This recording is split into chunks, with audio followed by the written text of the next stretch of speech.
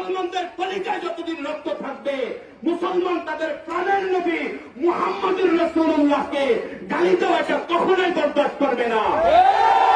আমার নবী আপনার নবী মুহাম্মদুর রাসূলুল্লাহ জানিয়েছে, মান সাব্বা নাবিয়ান ফাকতুলহু, আমি মুহাম্মদকে গালি দিলে শাস্তি একটাই, তার গোটা দেহ থেকে ফেলে দাও।